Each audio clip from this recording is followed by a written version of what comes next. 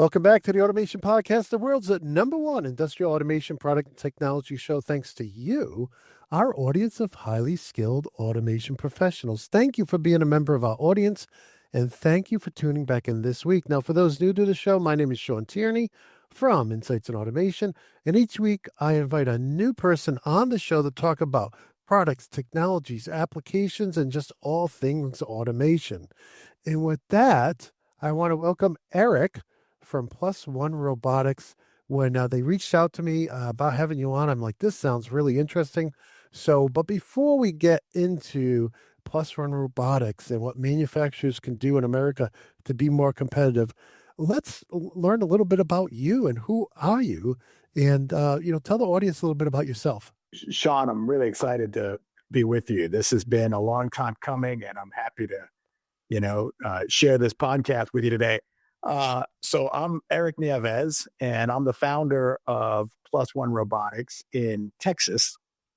And we focus on warehouse automation. But I found your content compelling because prior to Plus One, I spent 25 years at Yaskawa, right? Yep. And I was the head of R&D at Yaskawa, the technology director for, a number of years before making the change to start my own company. But we've been directly responsible for thousands upon thousands of robots in manufacturing contexts, everything from, high volume automotive to small to medium manufacturing to clinical lab automation to, one-off robots in microgravity, all kinds of things. And so, an audience like yours that represents just so many different facets of automation, we thought would be a fun time. Yeah, and we have covered Yaskawa, Motorman quite a bit, along with all those other companies that they're kind of in the same niche as. And so that you were in R&D, so you have that pedigree of knowing like what was going on in the industry and what the competitors were doing and how everybody was trying to one up each other. And so there's so many great names in that space. And now you've started Plus One Robotics. And I think a lot of people think of robotics, they're thinking of, everything from the simple pick and place machines that put together to assembly to the big ones that lift whole card bodies so they can be, welded together to, a lot of conveyor, putting things on and off conveyors now, a lot of palletizing and depalletizing have robots on them. And even machine tending, which is something like you didn't hear too much of before COVID, right? But machine tending and but in warehousing, I'm looking at the robot behind you. In warehousing, a lot of time I'm thinking about, AMRs, AGVs. But tell us a little bit about when you started this company. Like, what was your goal with it? What are you trying to do that's new, different, exciting, and solves challenges that people face today? Yeah, well, it kind of comes back to when I was still at Yaskawa. Mhm. Uh, we had all kinds of people reaching out to us to try to help them with their problems. And, increasingly more and more of them outside of manufacturing. Yeah. Uh, and, I had one in particular that's a big parcel courier come to us and say, hey, we really need help unloading trucks. Oh. Can you, have robots do that for us? And I told them, guys, you don't have a robot problem. You have a perception and grasping problem, right? The robot's not your issue. You could just get any robot, but you don't, everything you do is variable. Nothing you do is repetitive. Yeah.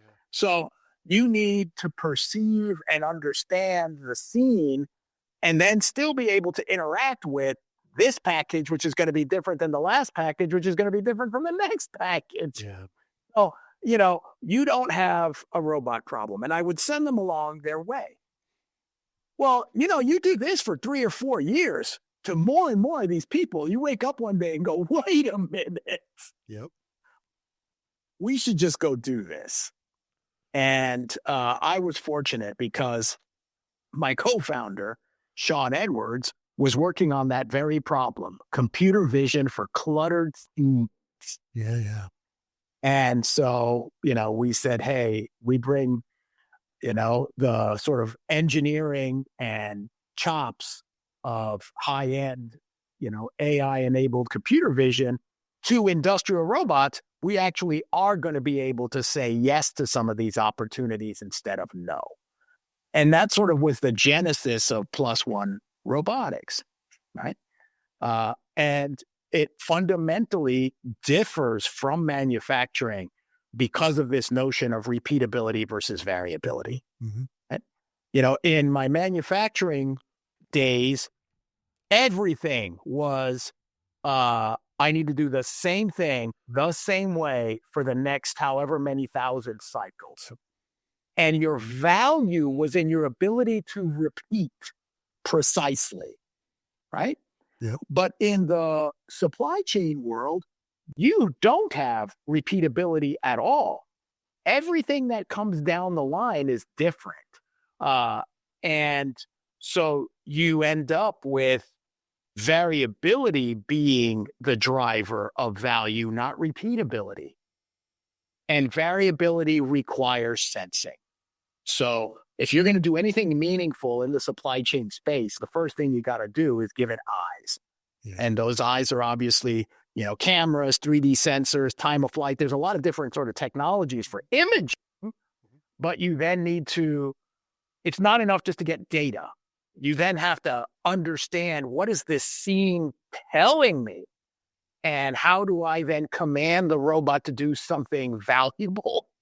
How to pick the next package. And that's really where our sweet spot was in writing that software layer that took standard camera images and turned them into robot action. If you or somebody you know needs training on compact logics, control logics, or really virtually any Allen Bradley programmable controller released over the last, say, 40 years, then I want to share with you what I'm working on right now for release in early 2026. And, if you've been following me, you probably know I release a new course every year. But for 2026, I decided that I was going to refilm all of my Allen Bradley PLC courses and release 2 new courses on the Legacy PLC 5 and Slick 500. And this all came about as I'm here in my physical training room in the Berkshires working on new labs for 2026 for the in-person courses. I'm like, this is the perfect time to update all my Allen Bradley online courses. So if you are already enrolled in one of my level 1 and 2, or what I call my extended courses, just know that you're going to get these new courses completely free of charge. And if you ever bought a mega bundle or ultimate bundle, that's what comes in those courses, are the extended editions. So you're going to get the new courses completely free. And if you're a new student who comes in and buy the new course, you're going to get the old one as well. And I'm doing this for those people who maybe they're servicing old control logic systems with ControlNet and they're using like version 20 of the software. Well, it looks a lot different and operates a lot different than what version 31 and above does, right? So in any case, I did want to share that with you. And again, if you know anybody looking for either in-person training or online training, please send them my way. And with that, let me get you right back into this week's episode of the Automation Podcast. Yeah, you think of a depalletizer, it's the same thing, the depalletizing. Well, maybe a little variation that can be built in, but you maybe have 2 or 3 different types of products on pallets. And the depalletizer, that's all I ask to know about. But with a truck, the orders come in different. We're ordering different stuff every day. Not many of us order the same mix all the time. And then you times that by, 10,000 people that may have orders in a couple of trucks. Those packets, they're all different sizes, all different shapes. And to be able to automate the trailering of all those boxes, right? Yeah, I see exactly where you need the perception. You need to understand the space, be able to detect all the individual packages and boxes, and then be able to accurately pick them up, orientate them, pick them up, and put them on a conveyor. So vision. Yeah, I want to go back to what you were saying on depalletizing, because you are right. It used to be that pallets came in and they were homogeneous. Yeah. They would all be the same box or case on them. And so the robot could be blind. All it needed to know was the pattern, and it could repeat that pattern. And usually there were 2 patterns, right? Because each layer was interlocked. Yep. But the robot effectively didn't need any smarts. You just needed to remember. But as you and I, our buying habits have continued to change, it means that what goes to the stores anymore or the DCs is not a whole pallet of the same thing. No. You now have more and more pallets are moving to mixed products, Yeah. right? So all of a sudden, that same robot that was so successful at depalletizing homogeneous SKUs cannot tolerate mixed SKUs. And so our vision system found a role to play in mixed depalletizing. And today, we're probably the largest supplier of mixed depalletizing robots in the country Right. because our technology unlocked what was already an existing application, but had been limited. Yeah. Right. Yep. So, yes, the ultimate expression of variability, to your point, is you pull up a truck and you open it and you go, oh my God, what is all that? And so, the truck is sort of the last step on the development platform for automated unload. It's a exceedingly difficult problem because of everything we've talked about. Plus, now it needs to be a mobile system to drive into a 53-foot van. And you now are having to bring your lighting with you, right? Remember, Sean, this is all computer vision.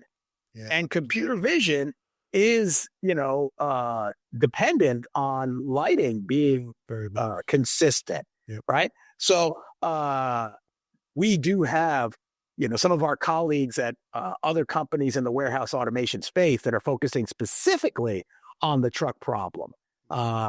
And what we have found is there are so many other problems within the warehouse that also require computer vision for variability with grasping. We've done, we spent a lot more time inside the four walls of the warehouse rather than at the dock. Yeah. And tell us some of the applications that you guys, do on a regular basis where you're solving an application that's a pain point for either a warehouse or manufacturer. Not that, I don't need to know the specific, product, but what type of the applications are we talking about? A lot of our work is in loading sorting machines. Okay. So if you are a overnight parcel courier, you bring in all of the shipments that you have gathered for the day, and you bring them to a central network. Those hubs have miles of conveyor, and all of those parcels end up being aggregated into this big river of packages. And ultimately, they need to be sorted by zip code or by region so they'd make their way to you. Yep. And it might have to be sorted multiple times before it's granular enough to get on that outbound truck. Right.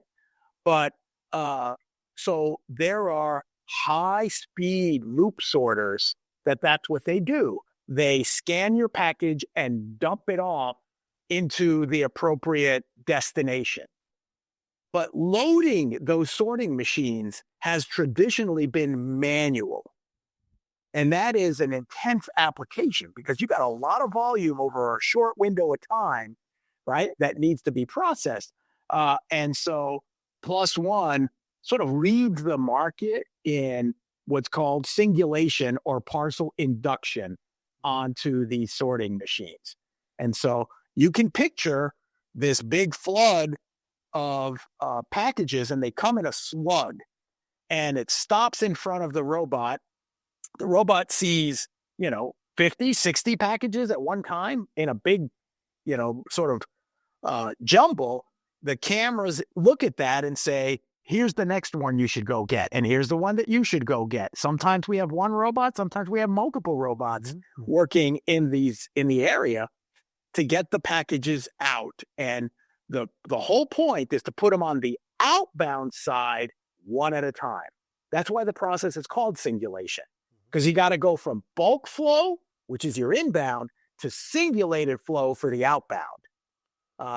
And people do that, very adeptly, because we have eyes with stereo vision and very quick, decision making, and we have two hands, right? But it's not a job people enjoy. You can imagine. You have to do that, 28, 30 times a minute for the next 4, 6, 8 hours. It's just not much fun. So automation plays that role now increasingly. So that's probably the banner. When I say we do 1 billion picks a day or 1 million picks total, and we do over 1 million picks a day, the bulk of them are going to be loading a sorting machine somewhere in the world between North America and Europe. Is there, this is just curiosity, is there any orientation concerns for the label? Like, so you're Yeah. picking, typically there's one label on a six-sided or, box, Yeah. right? Is there any, Right. does that come into play with It absolutely does, because you have to, in order to sort it, you got to scan it, right? So that barcode tells us a lot of information. It doesn't tell us the information. We don't pay any attention to the barcode, but we're responsible for ensuring that the system can read it downstream.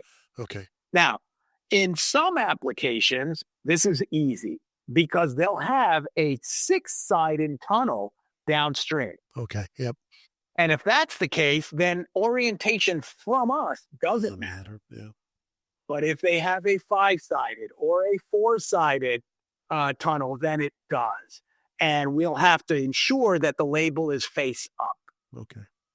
We do that, but you can imagine, Sean, that comes at a cycle time penalty. Oh, yeah. Right? Because I may have to handle it twice to be able to get it in the right orientation. So for lower volume applications, that is still an option. For high volume, they're always going to invest in the 6-sided tunnel because they really want right out the back door. Got it. That makes a lot of sense now. Yeah, I was wondering about that because you got to scan it. You got to scan it.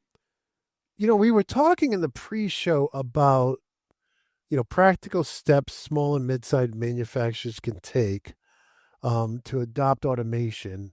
And so I wanted to get your take on that, as it relates to your experience and your company. Yeah.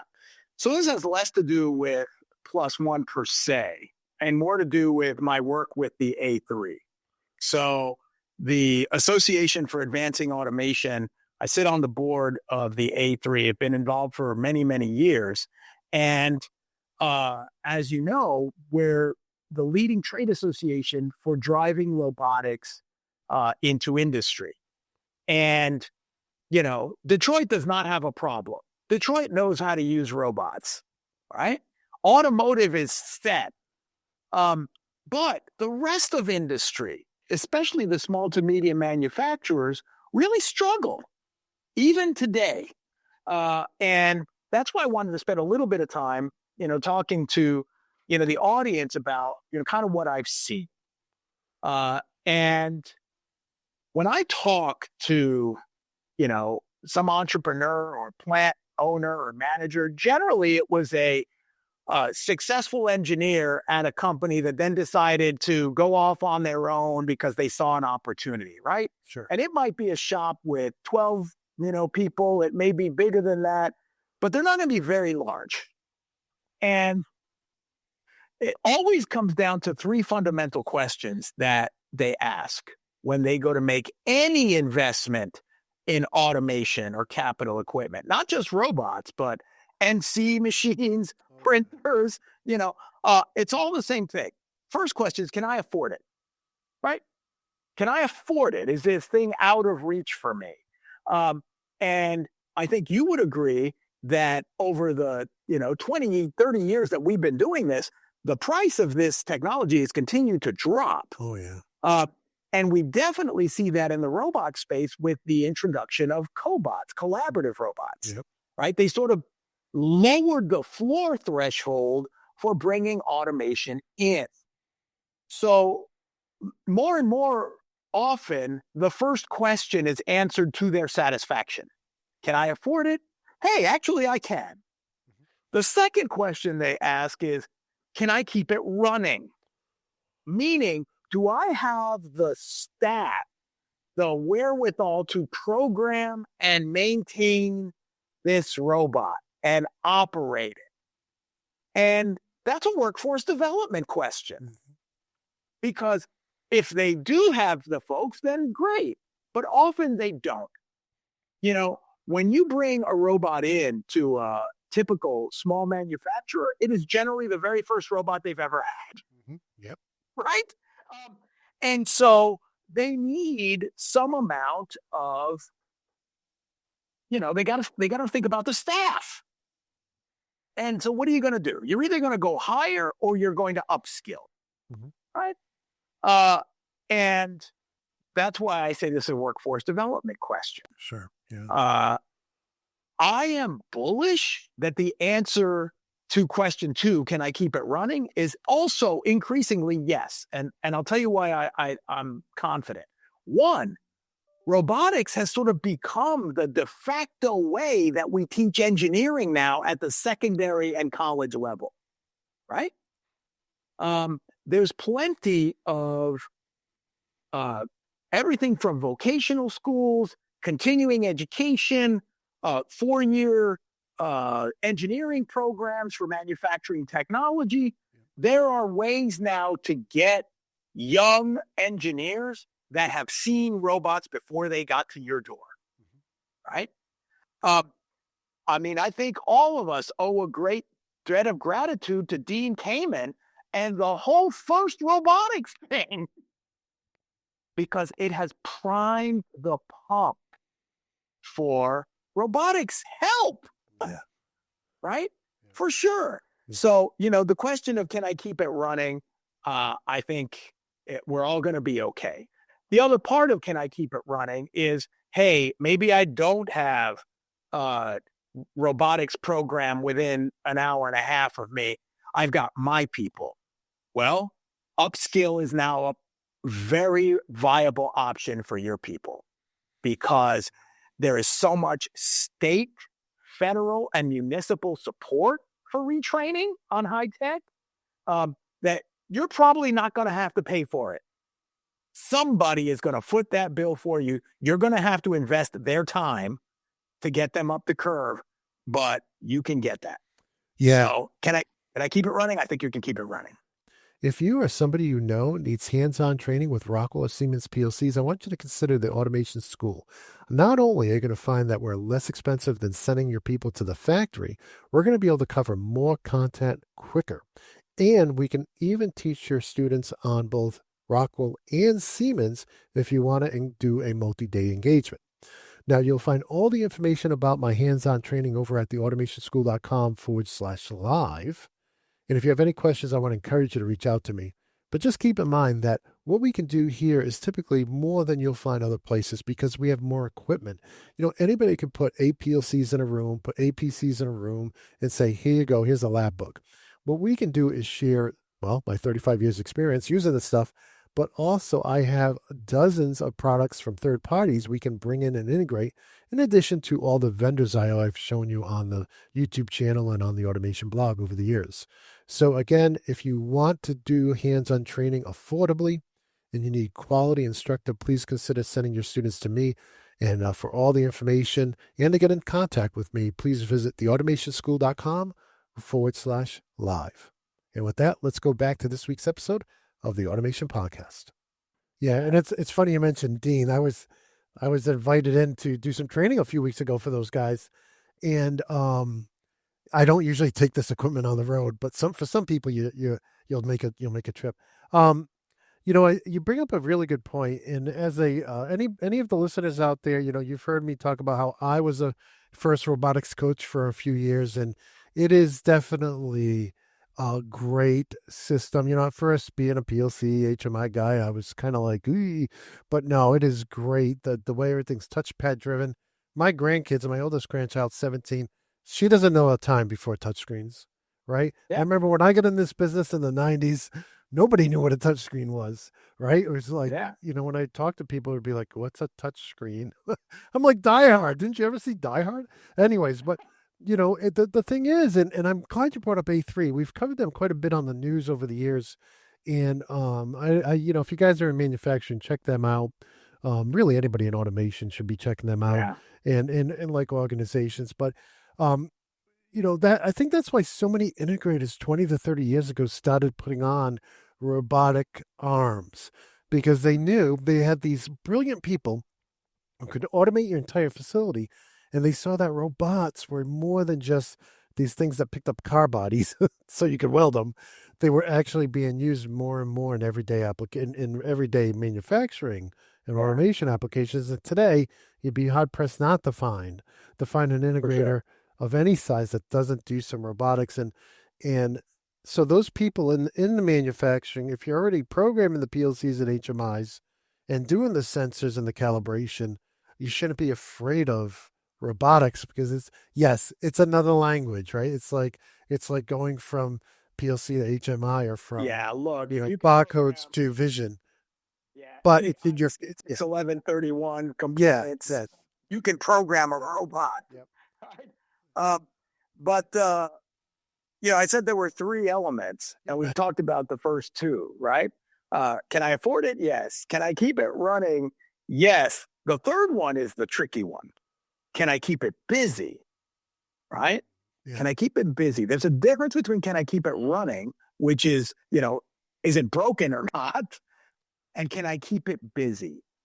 Busy is about the difference between high volume manufacturing and low volume manufacturing.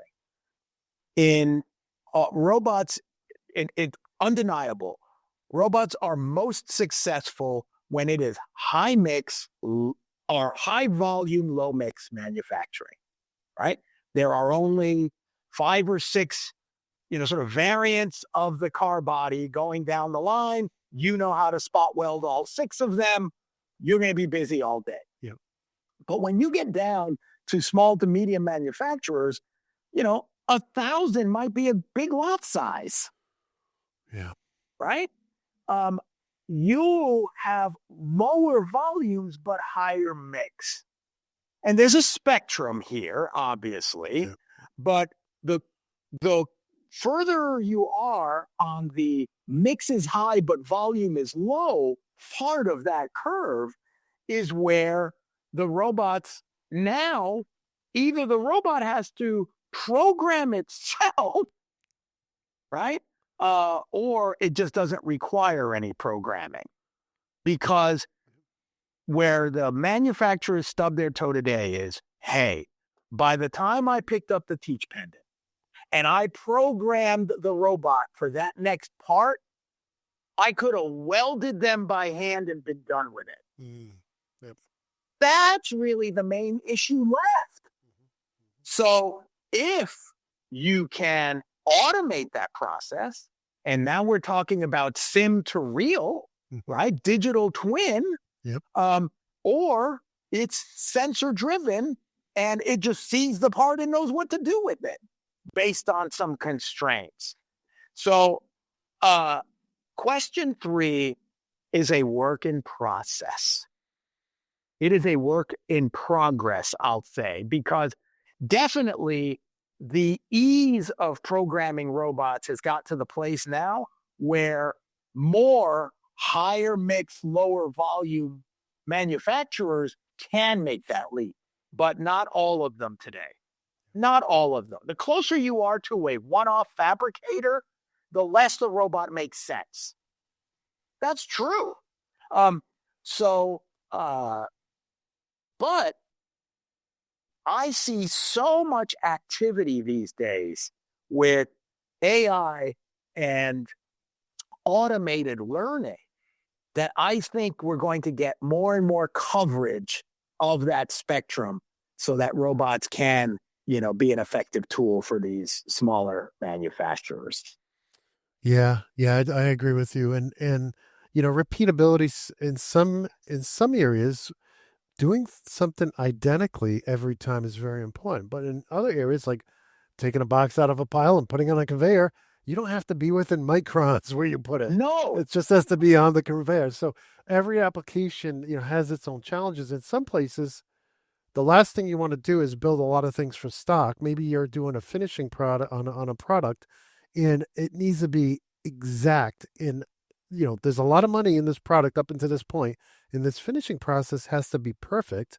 And so it's not about volume, it's about making sure that last step. Because if you're I worked with a company that did lenses, and at the last part of the lens process was the coating, and you don't want to mess up there because a lot of time grinding those specialty lenses was done for the military and for different applications was done up front. Yeah, This do it all the way. yeah, this little coating, you got to get that part right because if that's not right, that and the coating's not worth that much compared to the lens at that point. So, yeah, a lot of different ways to approach it and think about it. What other thoughts do you have about closing the gap? I know in the pre-show we talked a lot about American competitiveness, and Mhm. I think this kind of dovetails right into that. Can you share your thoughts on that?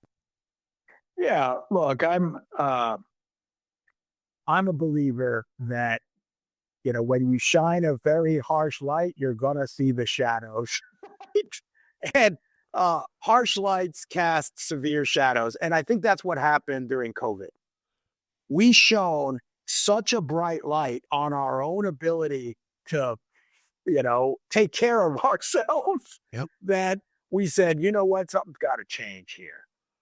And so I am a big proponent of reshoring some of the things that we should just be able to know we always have at our disposal or can spool up manufacturing of very quickly. We should have always been able to just turn up the mask knob, Yeah. turn up the ventilator knob, and we couldn't. Yep. We couldn't because it wasn't here anymore. So as we think about bringing back in to North America more of the manufacturing of those critical goods, then automation is going to have a role to play, and we're here for it, right? We want to see. We never want to find ourselves in a situation where we can't make for ourselves the things that we need. Yeah. So let's do that first. Whatever you think about on tariffs and near shoring or any of that, set that all to the side. We can all agree there were things we wish we had made and we didn't. Yep. But let's focus on that. And that's what I mean when I say American competitiveness. First, it's American resilience. Let's make sure we take care of our own house and anything that we might need, we have ready access to. Um, and we're going to start exercising some muscles, Sean, that have been flaccid for so long that, they've just atrophied. And we need that back. We see that happening today with chip fabs. Yeah. We're investing very, very heavily in chip fabs, which means a lot of the other sort of supporting processes we're having to relearn, right? It's going to be the same thing as we start bringing back more and more of these, manufacturing of these goods here in the States. We're going to have to remember, materials and process flow and tool making and all of the other things associated with it. And that lends itself to continuing to grow the footprint. So I'm not one that says we need to start building everything, in America. We should be completely self-sufficient. I'm not an isolationist. What I am is sometimes bad things happen. You better be ready. Let's do that first. And as a result, you will automatically and naturally, organically continue to grow your ability for manufacturing, period. And that's a good thing. Yeah, and I want to, the majority of our audience is in America, right? But we do have a number of people in Canada, UK, Yeah. even Mexico and India, and so the way I've always said this was, and my friend John Garner talks about this a lot: manufacture local. So we want the manufacturing in this country to be great, to be able to provide all our needs.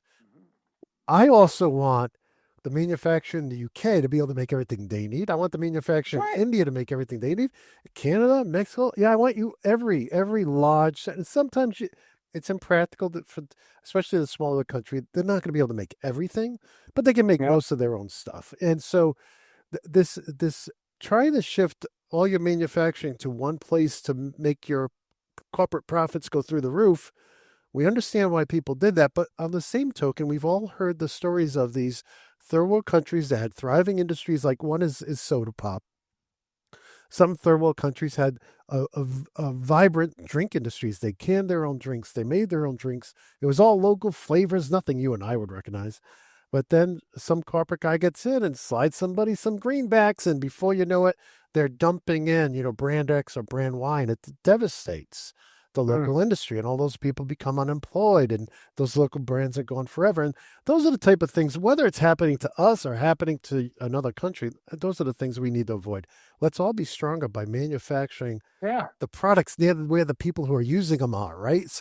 So your cars are made in your country, and we've seen a lot of car dealers, car manufacturers do that, where they have manufacturing in Europe and the U.S. and Asia and other places. So, yeah, we at some point, saving 10 cents on a mask is not worth having to wait for it to come on a boat, right?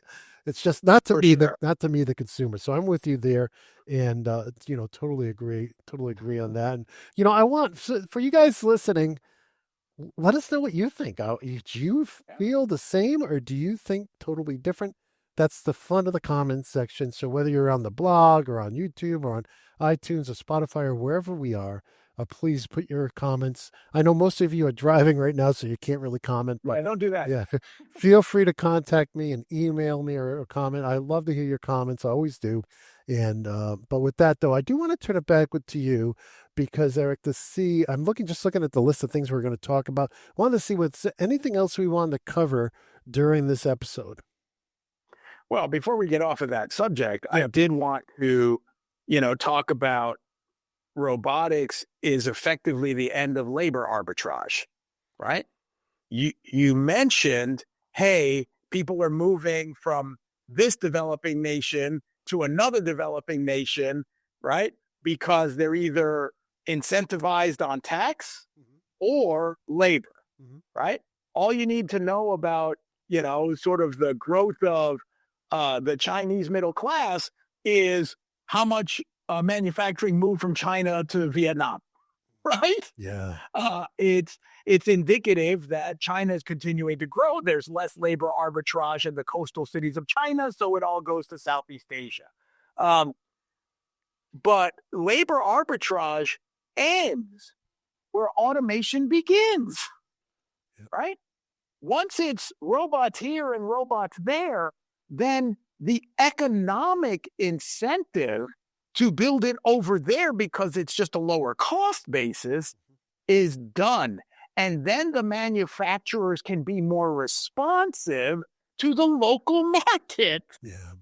If all manufacturing costs me the same, well, then you know what? I'm going to build in, Midwest US for Midwest consumption, which might be different than West Coast consumption, Yep.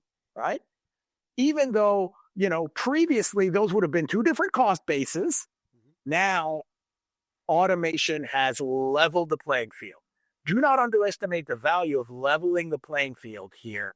And I'd love to hear your users' comments on that. Right?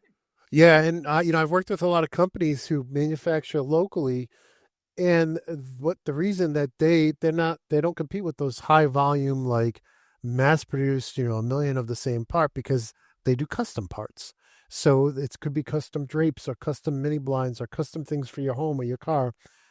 But because they're local, they can turn it around in a day or two and have it to you. Whereas if you went the farther away you go for that custom part, the longer it's going to take to get to you, and especially the heavier it is as well, right? So, or if it's empty, like cans, right? So people don't know this, right? Mattresses and cans, and most of them are made in your city because they're full of air, and it's not very affordable to ship it very far. So that's why you have a mattress manufacturer in near every metropolitan area, as well as canning. If you know anything about canning, and the cans you drink your soft drinks in, right? Those are most of those are made very close, and they don't like shipping them, even when there's shortfalls, because it's a truck full of air, right? It's not Right. before it's made into a can. It's very efficient to ship that aluminum. After it's made into a can, not so much anymore. So, Yeah, that's a real, lot of carbon per ounce of aluminum. yeah, exactly. It's a lot of expense on a truck. These trucks Yeah. and trains. The heavier they are, the more efficient they are, right? And but no, when you get to things full of air, that's not so much the truth. That's a very good point. How about on any other topics did you want to talk about? Well, you talk about shipping air. That's something that obviously in our market, people spend a lot of time thinking about, Oh yeah, right? yeah, In the warehouse automation space, if you're a distribution center or you're a, e-commerce brand and you're having to do final mile or whatever, it's all about fill ratio, right? How full can I make this, whatever it is, yep, this tote, this, container, this truck, this cargo ship? It's all the same thing. How full can I get it? Because any time that we're shipping air is wasted expense. yeah, yeah. And that represents a different set of challenges to folks in the automation space because, the applications that we talked about, depalletizing, singulation, even truck unload, we're going to classify those, Sean, as subtractive applications. I start with bulk and I take them down, Yeah. right? When you are dealing with the outbound side where fill ratio matters, those are now additive applications. Mm-hmm. I'm building a pallet and want it to be as full as possible. I am loading a shipping container and I need it to have as little air as possible. I need it to be full. So in these additive problems, you now have the complexity of you're now playing, Tetris in 3D Yeah, with variable inputs, yeah, right? And so the challenge is, and if you've ever watched somebody load, like an air container at the airport yeah, with luggage, they're making thousands of decisions, right? yes, yep, Because what's coming to them just comes as it comes. And they have to pick this up and go, does this have a good spot right now? If it does, I'm shoving it in there. yep, But they may go, this does not have a good spot for the holes I'm looking at right now. I got to set this off to the side for a minute. yeah, Oh, but this one does, especially if I combine it with this other one on top. Let me shove these two in, yep, right? It's a really difficult problem. And add to that the complexity of crushability. It might be the right size, but it's too light and I can't set the heavier stuff on top of it. yeah. Good point. So computationally, it could be hard MP, right? It's a very difficult problem. So automated filling is difficult at the end of the day. Yep. So you're going to have to either sacrifice on fill ratio because, hey, I got rid of the labor or that I couldn't find anyway. But I was able to get the stuff out the door and, we met quality specs. The automation made fewer mistakes in sort of how stacking was. We had fewer instances of damage. All those would have to outweigh sort of the loss of fill that you get. Yeah. Or you're going to have it be that the automation took you this far and then the people came in and did the rest, right? And this notion of robot human teams is really where I think this is all going to end up, right?